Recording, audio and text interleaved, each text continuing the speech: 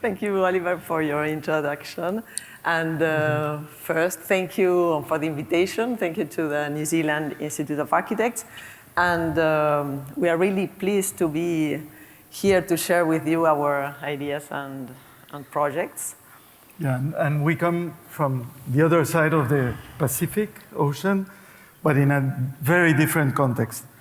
We're one of those so-called developing countries because somebody told us someday that we would be developed through industrialization and never arrived. So we have to manage through a scarcity of means that is not only economical, material, etc., but instability also. No? Political, we had 5 presidents in 5 years, the others are in jail. And the instability is also regulations that change through the site work, budgets shrinking suddenly in the middle of the of construction, and so on. So you can imagine we are trying to find a meaning in what we do as architects, and that has been central to our practice. No? We live in a world that doesn't make much sense, and where it's more and more difficult to identify what has value. And for us, value in architecture is found in meaningfulness. Fernando Perez, a professor and thinker that we admire, says that architecture is nothing but construction charged with meaning. And we are very conscious that whatever we do has an impact on Earth. Richard Long, walking in a line in Peru, left this trace in the desert. He explained that what he did was just one more layer, a mark laid upon thousands of other layers of human and geographic history on the surface of land. So we must be careful when adding layers to a particular site. And Rafael Moneo said that it is crucial for the architect to discern those attributes of the site that should be maintained and emphasized, and those that should disappear in the new reality that emerges. So the people who preceded us understood this, transforming the landscape for more than 5,000 years.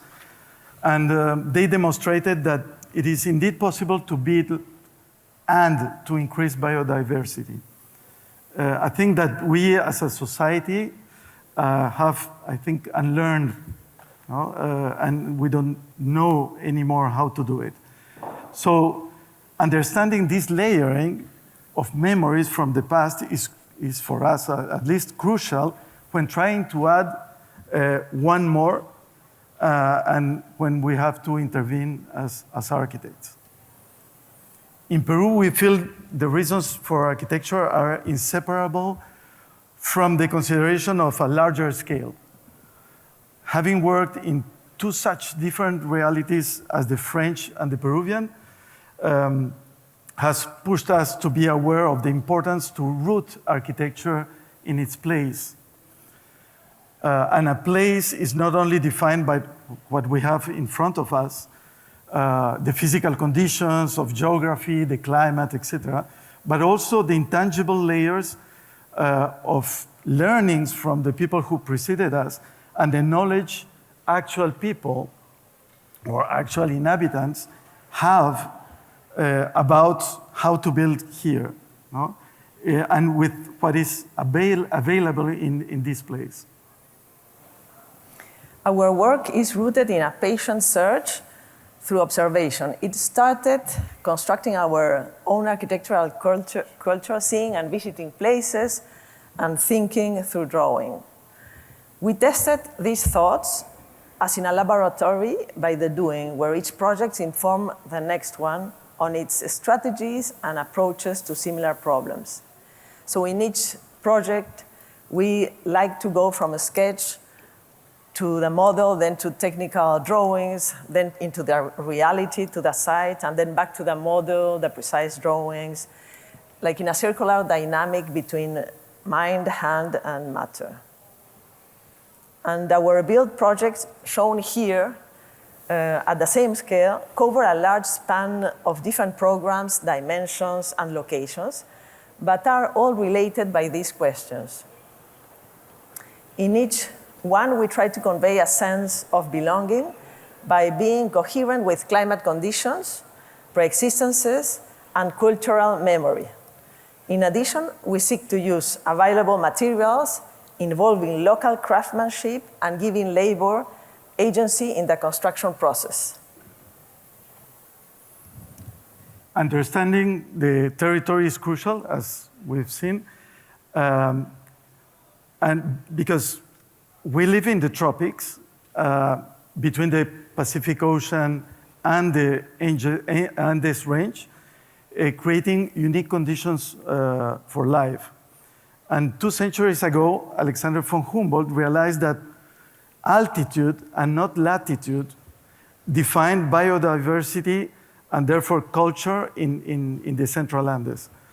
And he was able to condense years of research and understanding in this single drawing, demonstrating that in this part of the world, the section and not the plan is the way to understand the territory.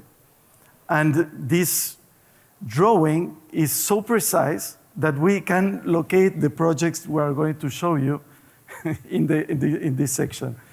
And even if they are far away in plan, they appear quite close from each other in section, but their conditions vary substantially because of altitude. Working along the section helped us rethink the geographical challenges from a design point of view, and following this insight, we'll explain our projects only through their sections. So we are going to do a little exercise about it. Our first projects in Peru, after working for 16 years in France, were a series of houses we designed in this little cove. Built in 6 consecutive years, the houses were an amazing design laboratory in which we learned from one house to the other how to relate to this landscape.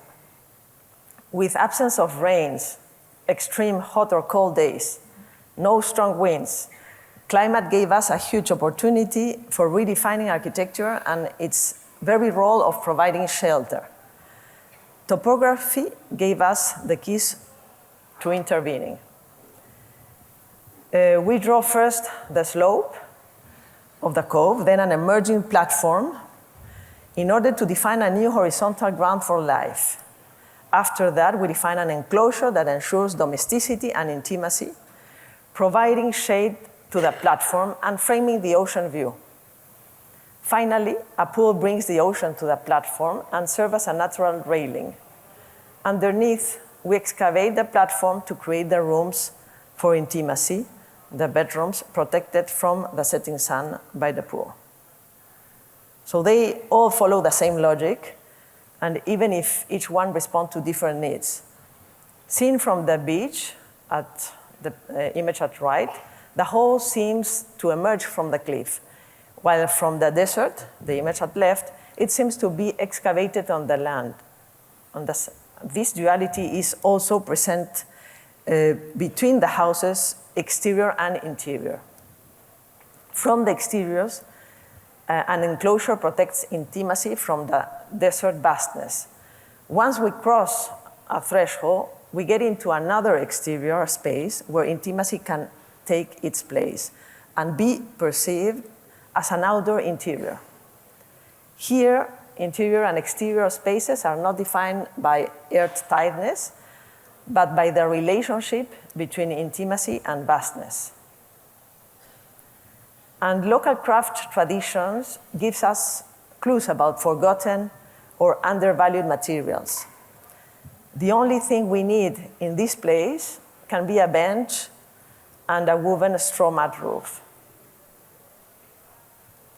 Another duality happens once inside, where the social spaces at the entrance level is conceived as an artificial beach with a big straw mat shade, while in the lower level are nested the intimate spaces of the bedrooms.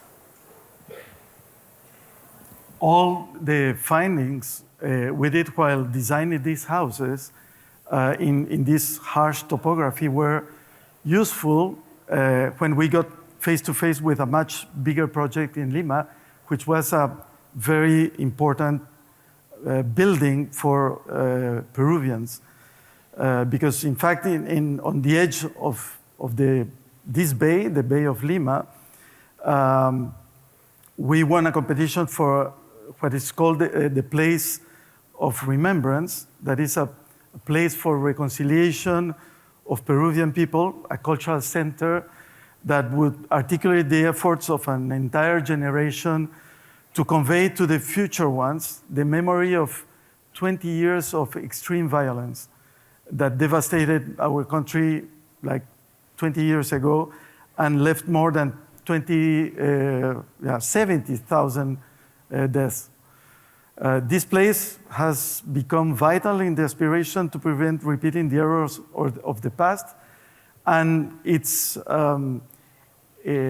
success is measured by the quantity of times government has shut it down and reopened by the social pressure. We thought when we were designing it, in the image, the top images, we thought the building couldn't relate with the memory of violence, as architecture is meant to dignify people. So we started by the site's own memory. It was a residual area left by the destruction of one of these cliffs that characterize the bay when a roadway to the beaches was created. And we decided, like naturally, that our intervention should mend this broken succession of cliffs and ravine, so to relate to the memory of the place. Like if it was an addition to a existence. And by doing that, the building became somehow topography. No? It began to resonate at the territorial scale. And in that way, our addition could be related not only by its programmatic content, but also by the memory of Lima's landscape. And again, in a section, if we draw a cut-off longitudinal section of the cliffs, we can visualize the infill made to create the descent to the beach. So we had a very limited budget, $4 million, to complete it. So a compact building near the natural cliffs allowed us to economize both on the number of foundation piles and in their depth. In this way, the territorial logic met also the economic logic. But the site had still a strong handicap. There was almost no connection to the city for a public building. So this major problem was turned into a design opportunity. So we created a narrow passage connecting the city to the site. And by doing that, we introduced time in the way we approach the building. The visitor so can take time to distance himself from the city, the day-to-day life, and leave all the preoccupations behind. And as he walks, he gets into a gap created between the cliff and the building. And at the bottom of this kind of newly created ravine, there's a marked physical consciousness, a kind of intensified presence, because we are no more in an urban setting, nor in a natural landscape. So we are ready there for seeing an exhibit which is not really easy to see. And on the other side of this building, we defined a platform that overlooks the sea, conceived as a public space for reconciliation, where now temporary exhibitions are made. And that was it. So the building was, the structure of the building is the finished building. There's no layerings. The ramps help us to slow down time and separate the path of the eye from the path of the feet. So the experience of space in time is enhanced. Space is only made by a structure, and this image is the image of the completed building before the collection came in. And if we continue, by this ramp we arrived to the rooftop where we discover or rediscover the horizon, and the rooftop is conceived like a new ground, no? At the end of the exhibition, and from that point we can turn back to the city directly without crossing people in the gift shop. So we have a little video. I hope it will, yeah, to show how it works in this place.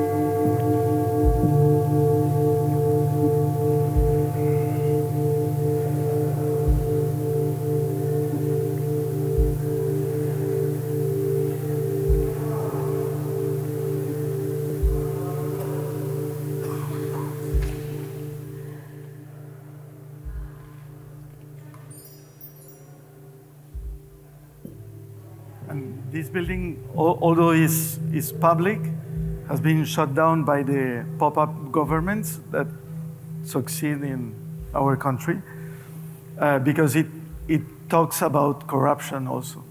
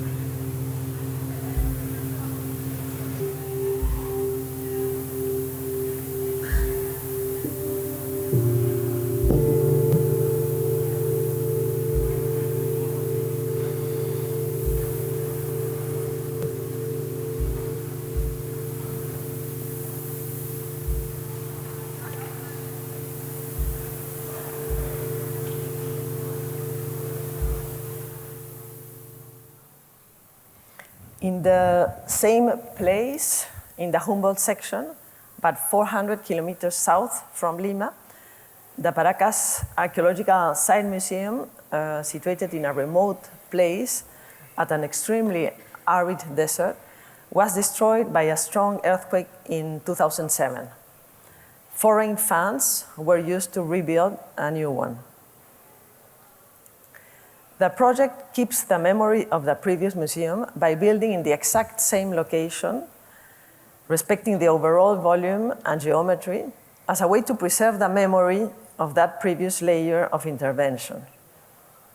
And as Oliver was saying, it was salvaged by the people. So all those stones of the previous museum disappeared before we arrived.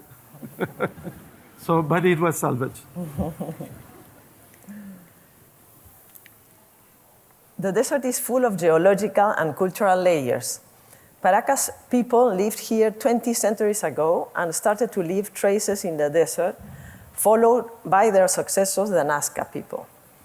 Recent studies show that these lines were in fact ritual paths to ask deities for water when this land was drying up. The presence of their absence still shapes the landscape, as does the line made by Richard Long not far away from here. Our building is not conceived as an object in the landscape. It does not frame it from the interior. It is meant to create another layering of meaning, creating a relation of reciprocity. Seen from the archaeological burial site, the museum modifies landscape and at the same time depends on it, as would a rock or a trace in the desert. The building has quite simple and fluid plan, and in section, the first element that defines it is an enclosure for downscaling the vastness of the landscape. A horizontal roof is conceived as a fifth facade, as it is seen from the burial site. It is a folding element that protects us from the sun and the strong winds of this region.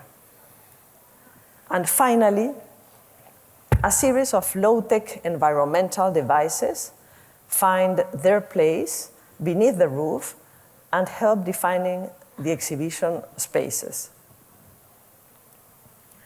These low-tech environmental devices help control natural light and ventilation. Actually, the museum works without artificial light. It closes when the sun sets. More technological equipment will be possible to install in these technical devices in the future. They also help define the exhibition spaces and organize the museographical sequence in a continuous and fluid space. From the desert, a porch announces the entrance to the enclosure, acting as a threshold between the vastness and the indoor exterior. That is the circulation connecting all the different programs. In a climate where rain is inexistent, they can relate each other through this contained exterior space. The environmental devices mark the entrance and are also a structural frame of the building. And when reaching the south facade, they become windows looking to the burial hills. The exterior is finished with the same polished ceramic technique for finishing the Pre-Columbian vases, rescaled to the size of the building. A naturally reddish puzzolanic cement, hand polish was used, and it was the cheapest way to finish the building and stay within the budget. Yeah, and we are in fact in a country where craftsmanship is still less expensive than industrialized construction. So for us, this is a huge advantage. As the buildings that are literally handmade leave traces, or they have traces of labor in them. And these traces are finally a celebration of the act of building. The workers are not anymore invisible. They are there with all these handmade traces. And in the place of remembrance, for instance, where we had, as I said, only $4 million to build it, craftsmanship and limited resources are what we had at our disposal, and therefore guided the construction choices. As we combine them, we make the handmade imperfection our ally. We didn't use a crane, we employ more labor, which is for us a quality. More people working and more people doing this building. The building grew by layers in almost 3 years, as a little bit as the alluvial cliffs of Lima did it in millions of years. But this artisanal formwork assembled by hand, using old wooden planks made in perfection, as I said, our ally.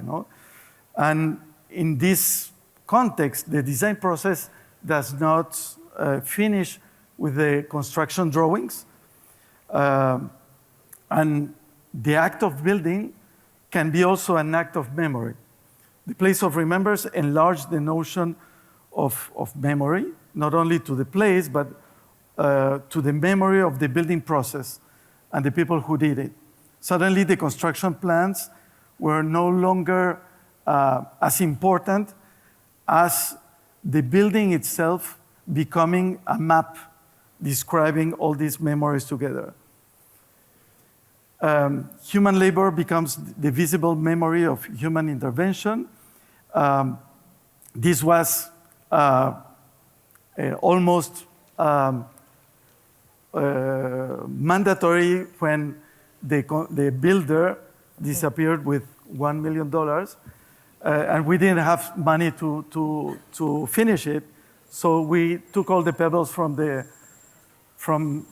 cliff and began to work with these masons in order to finish it. And we decided that we would leave everything, all the imperfection, the traces, because you know how are they putting all these pebbles with so much care, no? And we left everything from the prints of the watchdog that you saw in the other slide in the cement to the hands of the people who literally built this place. But even when we employ prefab pieces, as these louvers for the university in the north, fabrication tolerance is not the same as in an industrialized process. So these panels that we were intended to have like a tolerance of the millimeter had in fact tolerance of the centimeter. No? So that in a certain way opened a possibility for finding new solution during the site work. And we determined the starting point of the panels installation and left blank some spaces in the staircase where they were less needed. And the remaining panels, with the remaining panels, we did like this bicycle parking at the entrance of the building. And when building in the Andes, with this huge heritage in carving stones, we as architects weren't willing to impose rational westernized gaze in how things must be built. So the stone walls were carefully chosen by masons and as the way they would put them together. And with the remnants, they ended building the pavements and all sorts of things where they could decide how to do it. And making craftsmanship participate in the design choices is for us, a gift that we can still have in these non-industrialized countries.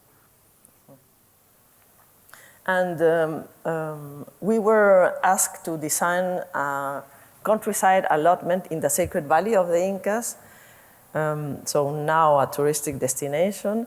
And we decided that instead of the partition walls that were required in the brief, the plots were to be delimited by stone terraces, following the same way this landscape has been transformed over the centuries by the Incas. You know?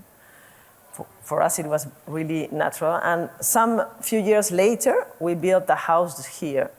And mountains are so powerful that we felt the house could not refer to local architecture, but to geography. The challenge was to converge the vastness of the territory with the intimacy of the living spaces. So the house should inscribe itself in the continuity of this landscape. The relationship with sacred mountains of Pitusiray was the starting point. Down in the valley, the natural slope is modified in platforms and terraces to create spaces for living. A pitch roof and a gutter frame the mountain and create the place of intimacy by defining a courtyard. Sun from the east warms the house in the morning, while setting sun hits the stone cladding of the roof and diffuses heat at nighttime. But that wasn't enough to create a geographical bond. Again, it should find its meaning in the memory of the place. In order to make the vastness intelligible, ancient Peruvians shaped rocks as gift to sacred mountains, downscaling their shape to domestic dimensions. They still do it in some remote places. And using the same strategy, we wanted our project to relate human scale to the unmeasurable. By referring to geography instead of historical architecture, the house can relate to the site in a more meaningful way, concentrating in design principles that can resonate with the scale of the landscape, as the pitch of the roof interacting with the wavy slope of the mountain. The house was built with the local available technology and craftsmanship, as Jean-Pierre already shown, as we did previously with the terraces also. The entry porch frames the sacred mountains. It marks the threshold between the open space of the valley and domestic courtyard that unfolds in a bigger terrace. The threshold itself constitutes the living spaces. And not far from the house, there is this Inca agricultural laboratory made to domesticate plants to the high altitude, because we're like in 3,800 meters high. And it was the trigger for the next project that was, in fact, an international competition for designing an agricultural research center and lodging facilities. And instead of an agricultural-based center, we proposed that research should focus in water management. Because in the era of global warming, glaciers are melting, and that will be the main problem in the Andes. So in order to make this place inhabitable at such a high altitude, we followed the strategies the Incas employed in these places. So taking advantage of the existing topography and orientation to create favorable conditions for life with a minimum effort to achieve these goals. So we downscaled the ancestral infrastructural systems for water retaining, as infiltration canals, reservoirs, and terraces, to the architectural scale in order to collect water and use it during the dry season.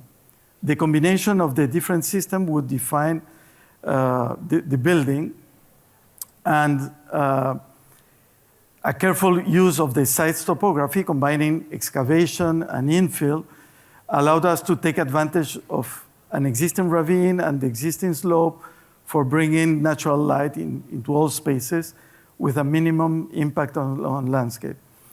The building is conceived, therefore, as an inhabitable water retaining infrastructure.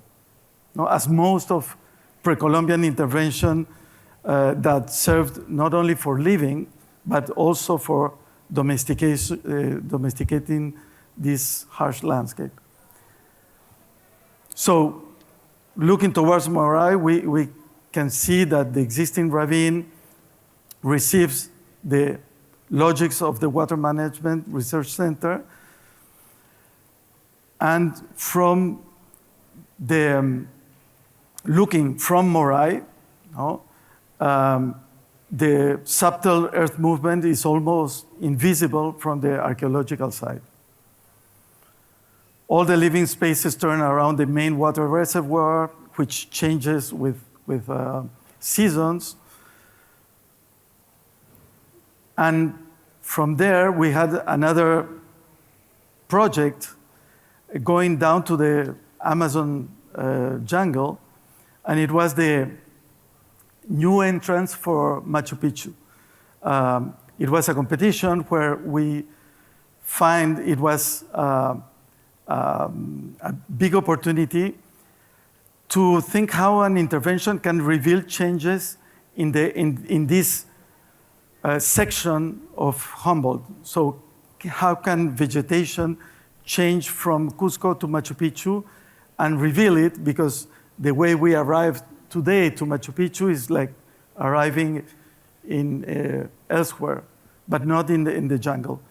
So this was the place where this new entrance was meant to be, and we discovered all these terraces that were like abandoned, as Hiram Bingham discovered for the first time in 1917 Machu Picchu. So for once, following Lakatona Basal, we said, no, this is the right moment not to do anything. So we proposed this as an entrance. And, but the problem is that you have to convince people, other people, to do it. And so we were not selected for this building. And yeah, we were like the last project. Yeah, last project in the competition. And not all projects are located in such powerful sites like the Moray Research Center or the Paracas Museum or the Place of Remembrance that we see here in Lima. This is an image again. We are back in Lima. But all of them have pre-existent micro-conditions that can contribute to layering of meaning. In a dense urban setting, individual or collective dwellings deal also with the thickness of intimacy, with the transition between the public, urban realm and the private and domestic one. In this project, the existence of a little public garden defined the creation of a common vertical garden to provide an intermediate space that protect the apartments from the setting sun. The vertical garden is curved to embrace the public garden, creating a subtle tension between the two. Louvers and vegetations provide here the shelter for intimacy. And in this 11-unit housing project, located in a quite dense environment, folding the perimeter of the building allowed to duplicate the facade length and therefore to create a contained exterior spaces and lateral views while preserving the intimacy of the interior. In this project, located in an old summer resort, now a designated historic district in Lima, an intermediate space blurs the boundaries between public, urban, and domestic realms. The preservation guideline complying facade and its vertical openings associated with traditional houses act as a screen that defines a reversible threshold. We can see it in the section, and from the street, it generates a transversal transparency, a porosity of the urban space that goes beyond creating a buffer between public and private realms. From the apartments, the city appears as an interior space, framed by the vertical openings. This intermediate space creates a thickness of intimacy, where we are not only editing the landscape, but protecting intimacy to the dwellers with the opaque elements relating urban exterior space and private spaces. The large terraces encourage social dynamics between neighbors, and an urban threshold is created where you feel at home, but not yet in your apartment. The threshold creates its own landscape. Yeah, like in a similar way we did this house, individual house, where all the social spaces remain open and flexible, merging interior with exterior, while the intimate spaces of the bedrooms are located in the upper floor. In this restaurant, the landscape is within the confined space of the plot, creating a microcosmos in itself. From the street, the building appears as quite opaque and introverted. 5 modular volumes are supported by the enclosure, organizing a series of intermediate spaces. Only the skylights give us a hint of what will be discovered inside. And these intermediate spaces are alternately compressed and expanded by the asymmetric arrangement of these 5 modules, producing the quality of an intimate urban space or an indoor exterior, where Lima's white sky becomes the ceiling. Each module defines a particular place and atmosphere, opening up to a continuous space and blurring boundaries between interior and exterior spaces. And we use this discrete volume typology in the next and final project, where we had the opportunity to challenge this notion in a bigger scale. And it's in Piura, a booming city, 1,500 kilometers north from Lima, but in the same place in the section, and it's only 4 degrees south from the equator. So a lot of radiation, very strong and harsh climate. And the university, where you can see the campus there, needed more space for welcoming a new student population from low-income rural backgrounds, being able to pursue their education thanks to a government scholarship. New facilities of generic classrooms and lecture rooms and faculty office were needed, and their aspirations was to improve teaching infrastructure to welcome 800 new students. So 50 years ago, the university had one single building in this desert. And when a strong El Niño phenomenon brought heavy rains into the desert in 1983, the authorities of the university grasped this as an opportunity for starting the construction of a new campus based by planting carob trees instead of buildings. So it was a big inspiration for us. And this vision took the university to look as you can see in this image today. So the decision of developing a campus by creating shade in the harshness of the sun and extreme dry heat was, of course, this big inspiration. And the question was about how should a place for learning be here. No? So again, the section can help us understand the project. We start drawing the soft hills of this tropical dry forest, where the planted carob trees and the clearing left for future buildings, because they left clearings for future building. They were geniuses. And so we started the design by extending the shade of the forest at the place of the building. A single horizontal line created to define a shaded space capable of creating good conditions for learning. Then the program grows, as in La Tourette, from the rooftop down to the ground, and the result is a series of buildings which are less important than the spaces left in between them, where informal learning and gathering spaces find their place. For us, it was very important to these two different populations to meet in non-hierarchical spaces. So, as in the dry forest, where the single tree is no more important than the whole, there are 6 different tribes that form 11 independent buildings disposed in a regular volume that is 70 by 70 meters and 9 meters high.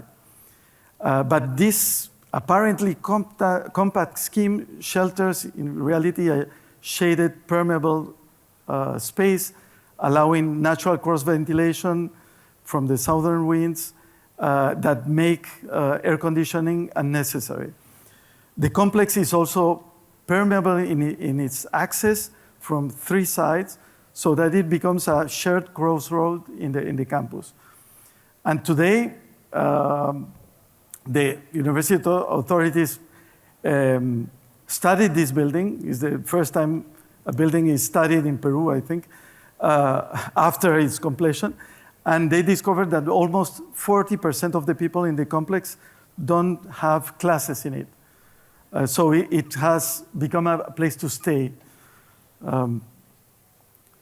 So initially inspired by the forest, at the end the complex became a busy urban space in the campus. So following the logics of an oriented building, the south and north sides are protected by vertical louvers.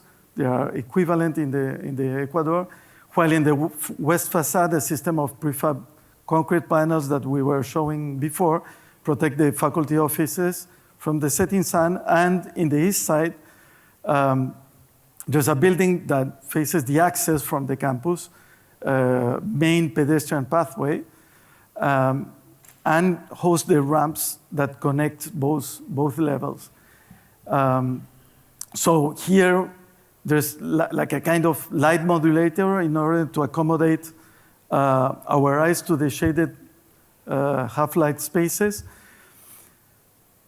Or we cross it, and the narrow gaps between buildings that are made because we have big earthquakes and buildings have to be independent, are because they are oriented, they become like and we're in the Ecuador, they become like a calendar, no, that register the sun inclination to the north and to the south, while on the other side these gaps are like sun clocks.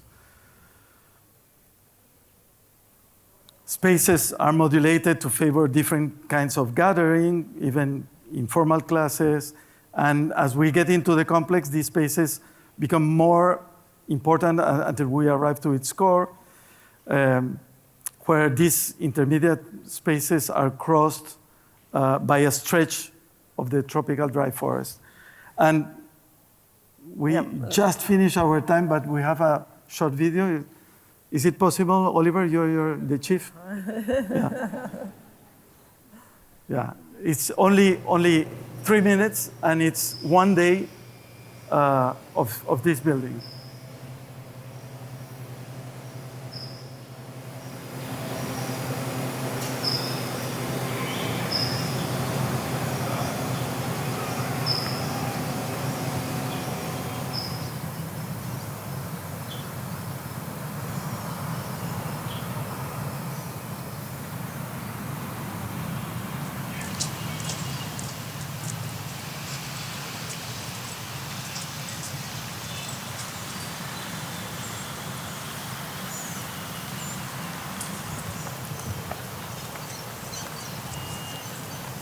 He was really late. It was not staged. There were 2 cameras.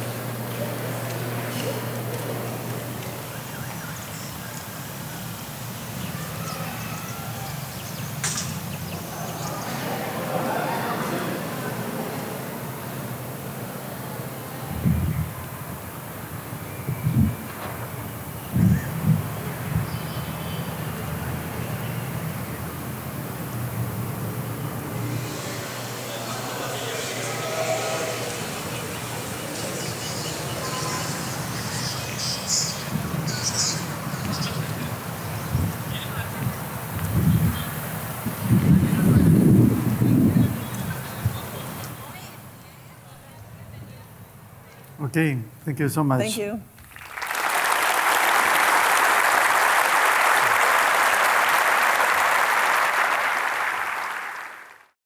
Well, I think that video made me want to be a student again. I think architects often overuse the word tectonic as well, but this really is architecture that has a kind of geological power. So yeah, amazing work. Thank you.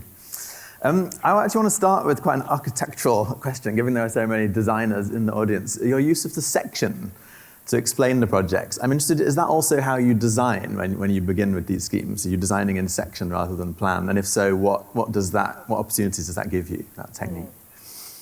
I think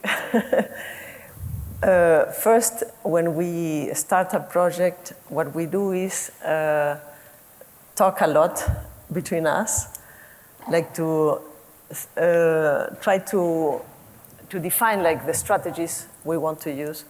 And of course, the section is like the first, it would be the more effective way to express relations with the space, with the territory, with the climate. So I think of course, we do also schemes in plan and models and all of that, but the section is key in the process. No? Yeah, because it's less determining of the form than the plan. So it gives more freedom to imagine something that is not yet designed. Yeah. No? Interesting.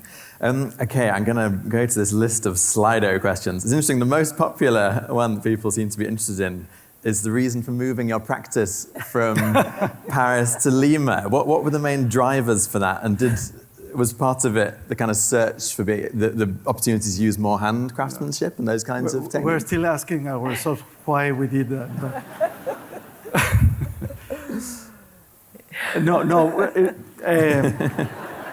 Seriously. It's not only one answer. No, it's not one answer because it's mixed up because you're not only an architect, you are a father, and you have kids and a lot of family.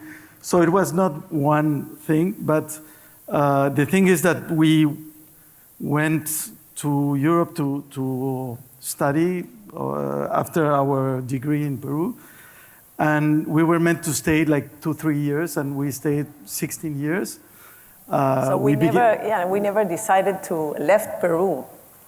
Yeah. And so no, it was at a certain stage, we said, okay, what if we come back? And we had all the opportunities to do that. We had partners in Paris, so we could leave and have work still in France. So that was like a new adventure. No, the coming back was a new adventure, and then because Peru is like kind of another planet, when there was the global crisis, economical crisis in 2008, in Peru it was a big economic boom. No? So we stayed there, and we learned to work in a very different way with all these very different ways of doing. And frankly, we ended up telling ourselves that, because in every country there's a lot of problems, there's no perfect place to be, but we prefer the problems of Peru than the problems we had in France. So yeah, and also I think it was a key for us, this first opportunity of doing 3 houses while we were working in Paris. So we were suddenly with a kind of distance with our own culture, our own territory. We were asking questions about how should be the architecture there, and we were like suddenly more aware of the climate we had and the benefits, and so we started to design these 3 houses with a completely different mindset that if we were stayed in Peru. If I can take 1 minute. Yeah. It was at the same time we had these lawsuits for some French projects. Okay, that's the real reason they escaped Paris. And at the same time, we arrived to this, the X house, the first house with the pool, and there were, of course, our errors, not only interpretation errors of the contractor, but our errors of design. And the contractor told us a thing that was amazing. They said, I will do everything to make you happy, because if you are happy as an architect, I'm happy as a builder. So that is non-existent in Europe. So yeah, sounds like a good reason to stay in Peru. Yes. Yeah. So at the same time we were designing these houses, and at the same moment we were discussing with the Bureau de Control, in a site to be able to change a detail about how you fix the railing, and they couldn't accept like a different way of it. So we were like trapped in those questions. Those were the problematics we were confronted with. To this audience. Yeah. Moving on to the next question, one which has very kind of local specificity here about seismic conditions. When you're designing, these masonry and concrete structures in an area of seismic activity, how do you go about that? Presumably your buildings aren't all sitting on base isolators and things like that. Yes. Now there are some buildings with isolators. Okay. Yeah. They are very expensive, so exactly. we are designing our first one kind now. Kind of new. It's a new thing. Yeah. It's very expensive, so it's not common. Yeah. But I think the interesting thing that goes beyond the engineering problem is that as architects, we are not responsible of the site work. Engineers are. Okay. So we don't have power in the site work. But so a project can be changed because the owner wants to change it, and so on. So also the builder, like. Yeah, and the builder can change it. Yeah, they found also different ways to do it cheaper, and they can propose it to the client. And so the strategy of making the building only structure allows us the building to be respected, because if you touch the structure, then you're in trouble because of earthquakes. Yes. That's a very clever strategy. Yeah. The next question, you've got an interest in unconventional mapping techniques. How do your mapping projects feed into your architectural design practice? And can you give some specific examples of that? Yeah, it's not direct because we started looking to this larger scale of territory and how to understand it and how to relate this vastness into an architectural scale space. So, in fact, this was... I think it really changed for us after this first experience of this project done while working in Paris, and no, that for us that was really kind of shift in the way, because we were educated to consider context as neighbors, only neighbors. So you have a plot and you have neighbors, and with this experience, we integrated climate, landscape, the territory, so larger considerations, another layers, his memory and history. So, yeah. I think, so we do mappings, but they are not directly related to the work. Yeah. I think we've got time for one final question, which is about the kind of architect-craftsmanship relationship. Did kind of removing the usual architect-imposed directions, as the questioner puts it, make the Peruvian craftsmen hesitant or actually excited to kind of work more freely?